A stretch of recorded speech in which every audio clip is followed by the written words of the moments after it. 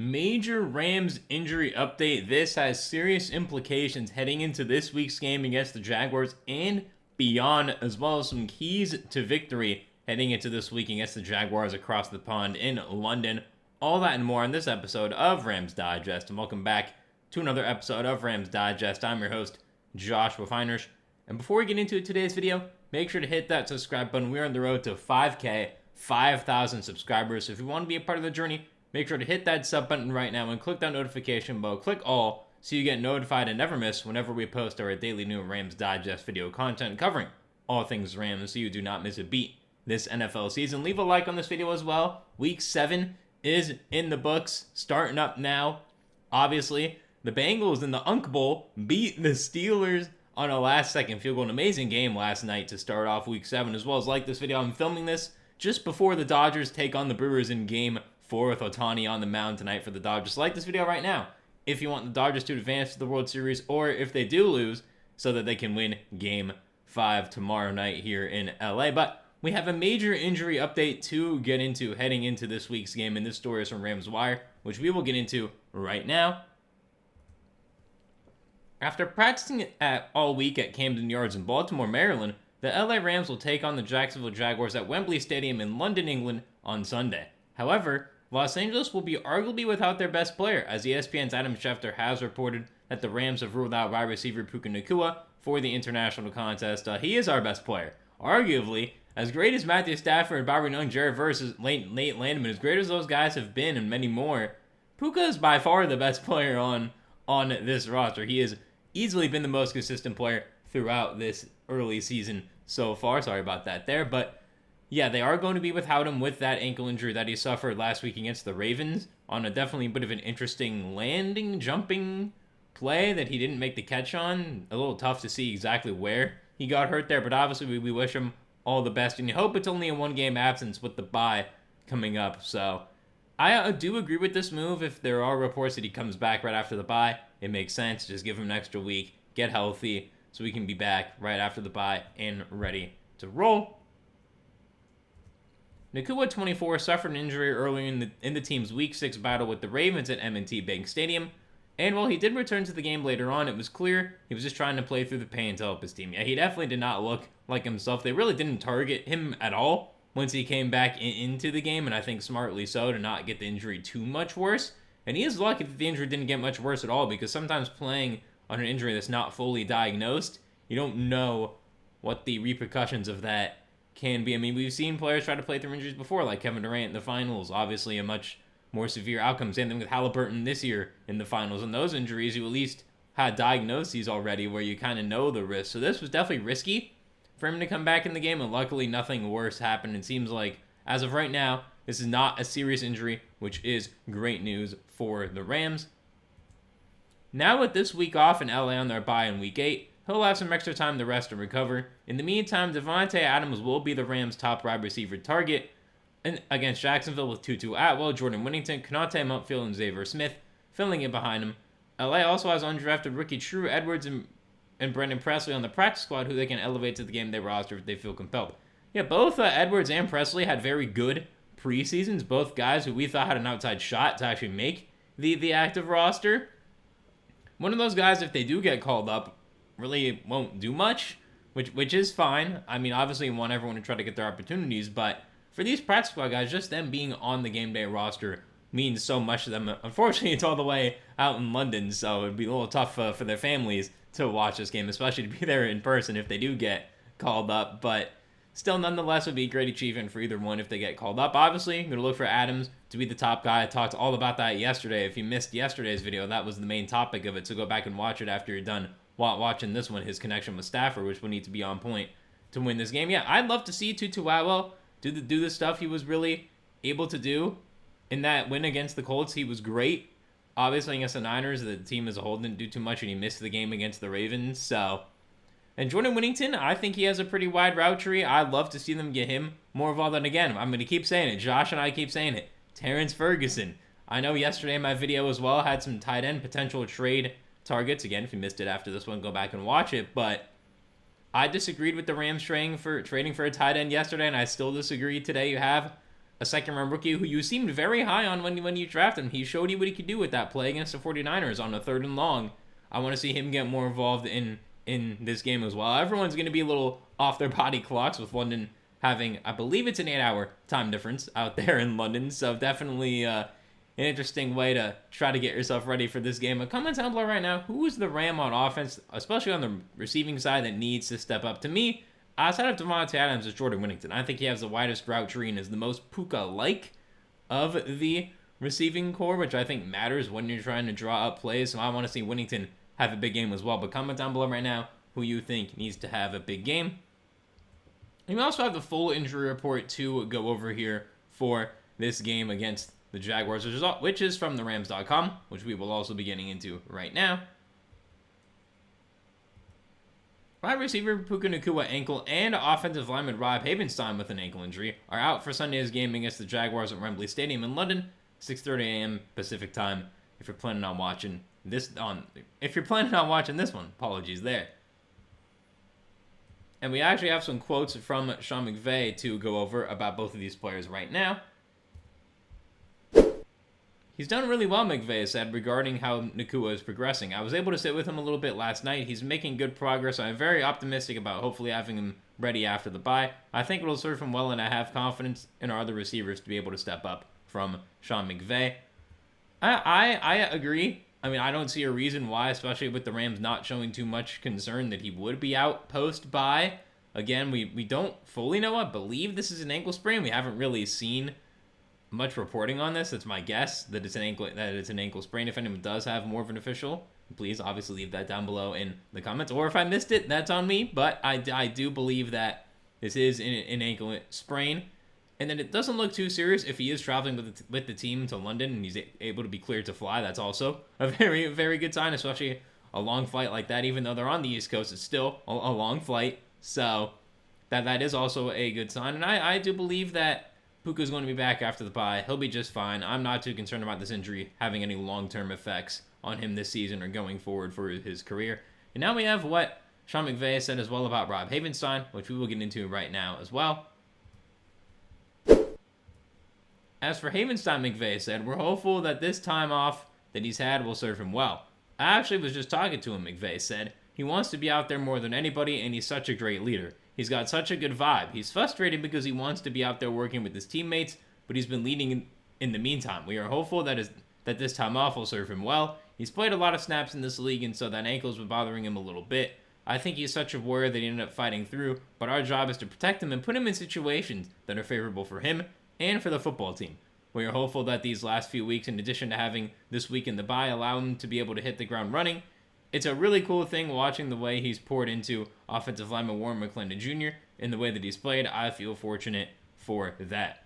And the best part about that quote to me was the last part, about how much he's really helped Warren McClendon Jr. really develop as a player in this league, because it's so important for veteran players to really help out younger players, reserve players, because you never know when that time is going to be that you need to step up and take someone's spot. So I definitely do like this move from Havenstein, and I agree with McVay that he should be back after the bye. He's played a lot, as McVay said, double-digit, I believe, tenured Rams, so seasons with the Rams, so definitely important. There are two injuries that do matter. Again, more so Puka than Havenstein, because we've seen the O-line still play decently well when they're missing a starter, and the Jags' defensive front, it's been better than expected, but it's not elite. Really, their linebacking and defensive back rooms have really been the stalwarts of the defense for them, so I don't see it being too big of a problem for the Rams. And now we also have the Jags injury report to get into right now. And for the Jaguars, linebacker Devin Lloyd with a calf injury and tight end Quinton Morris groin were ruled out. I don't know much about Quinton Morris, so I'll just keep it at that. Hopefully he's okay. And for the Jaguars, linebacker Devin Lloyd, this is a key injury for the Jaguars. Devin Lloyd has been one of the best linebackers in football this year. I was really high on him when he was coming out of Utah in the draft a few years ago. I have his stats up here. He's 27 years old now. When I remember him coming out of Utah in 2022, he was awesome there. He hasn't really panned out much in the NFL just yet until this season. Actually, he's been pretty good tackles-wise, but then again, he really didn't have too many other stats to go with it. He's got 4 interceptions already throughout this year. He's forced to fumble as well. Like, he has just been awesome throughout this year, especially in pass coverage. He has been great for the Jaguars. One of the key reasons why they've been amongst the top of the league in forcing turnovers throughout this year. So this is a big injury for the Jaguars. Hopefully Devin Lloyd is okay. Loved him coming out of Utah. And obviously now he is really making his presence felt in the NFL. And he should be up there for Defensive Player of the Year. I'm not saying he's a favorite, but he deserves some third place votes for that. Because him and Nate Landman and Zach Bond have been the three best linebackers so far in football. If you count Nick Nieto as a linebacker as well, or Byron Young, you can put those guys in there too. So definitely having a great season. Unfortunately for them, he will be out. But this is big for the Rams. That's a key part of their pass protection already out. And you need to be able to expose this weakened linebacker core for the Jaguars. And comment below right now what your thoughts are on the injuries and how they will affect the game. I think Puka and Devin Lloyd are going to really affect both teams' game plans in the Liam Cohen versus Sean McVay head-to-head battle as well, which I talked about earlier on in the week. And now we have our final story of the day, which is some keys to victory for the Rams to beat the Jaguars here on Sunday from Turf Show Times, which we will get into right now. And they need to stay efficient on offense first and foremost. As I've been saying, the Jaguars lead the NFL in turnovers this season on defense, which includes a league-high 10 interceptions. Yeah, Devin Lloyd with 4 of them.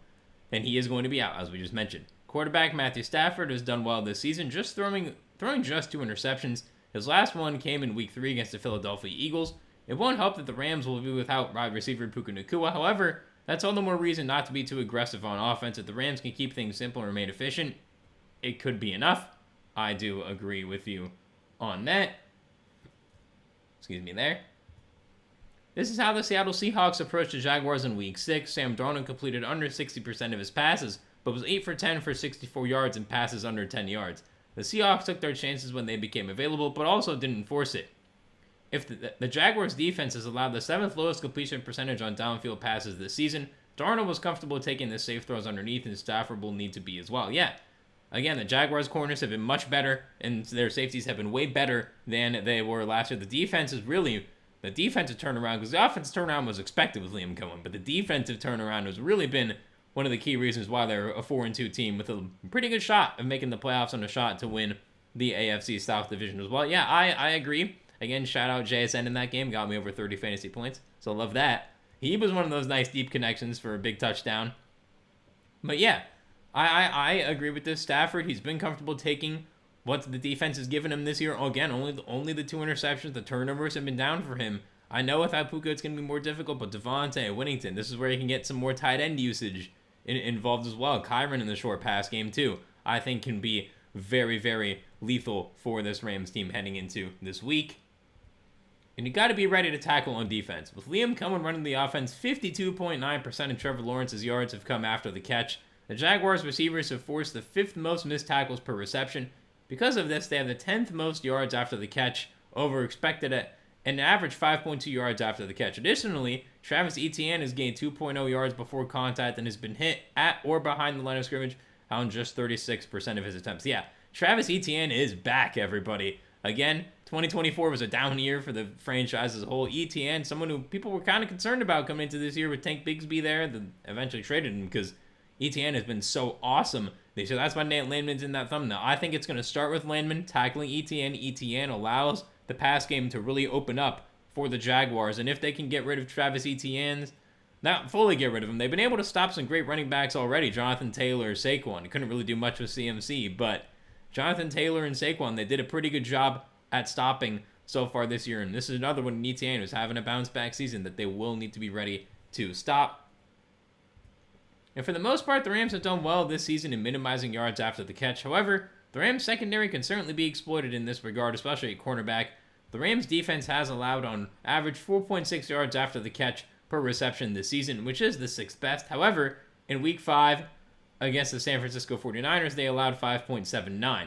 The Rams safeties have to be ready to tackle in the middle of the field. Yes, Cam Kitchen's got to be better. Quentin Lake was really the only guy against the Niners that was, in my opinion, tackling pretty well in the middle of the field, so this is definitely going to be important for this Rams secondary to do that. Emmanuel Forbes has got to be better, plain and simple. Kobe Durant as well, too. Quentin Lake is going to be another tone setter as well.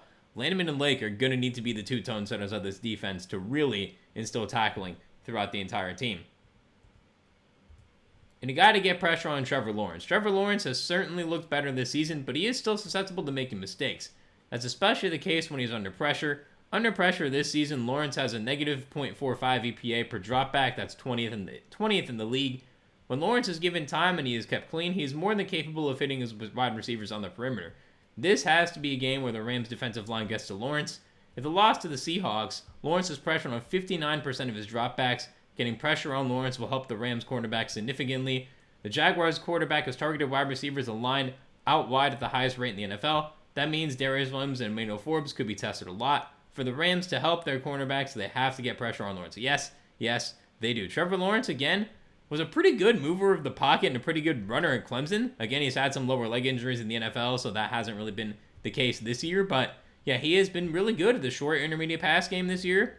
He's definitely looked better than he has last year, but you got to get that pressure. Byron Young, Jared Verse, a guy like Tyler Davis as well. Braden Fisk, could this be his get-right game? Because he's definitely been struggling this year. This could be a game, especially without Puka, that he is going to need to really help out this defense. Because the Rams are going to be without a key offensive piece. How you help your offense? Good defense. I definitely agree with this. They have to get some pressure on Trevor Lawrence.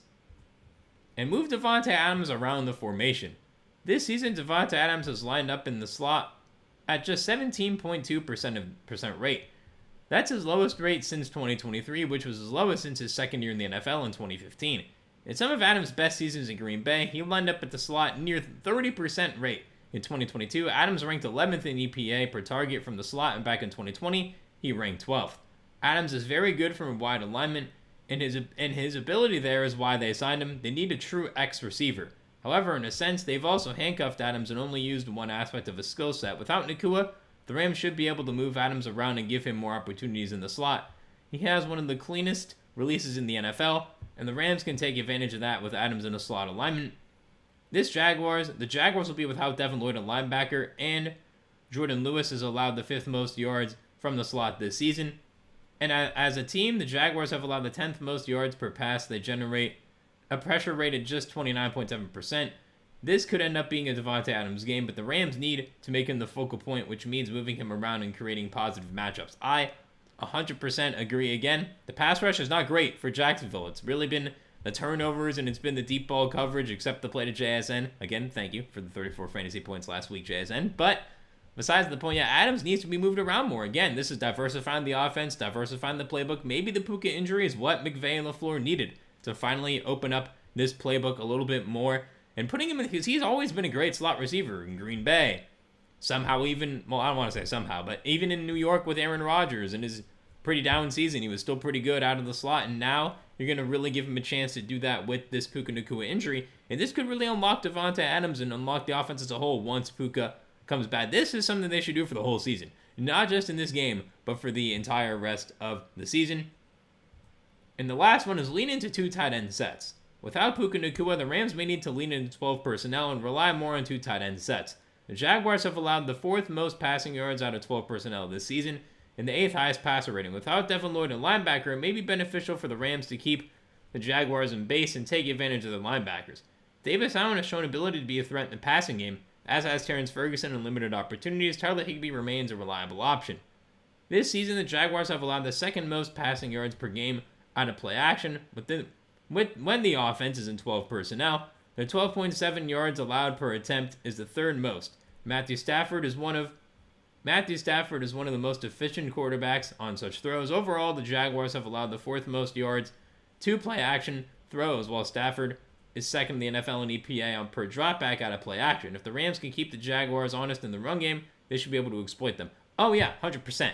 I agree with this as well. Again, the 2 tight end set, something Josh and I were mentioning a lot in our videos to start off this season, hasn't really happened too much yet. Again, with the team without Devin Lloyd, obviously hope he's okay, and can really exploit this defense in keeping them honest in the run, as this says, and really trying to expand that pass game, because that's going to be key for the Rams in order to win this game without Puka, because you want to be 5-2 heading into the bye and not 4-3.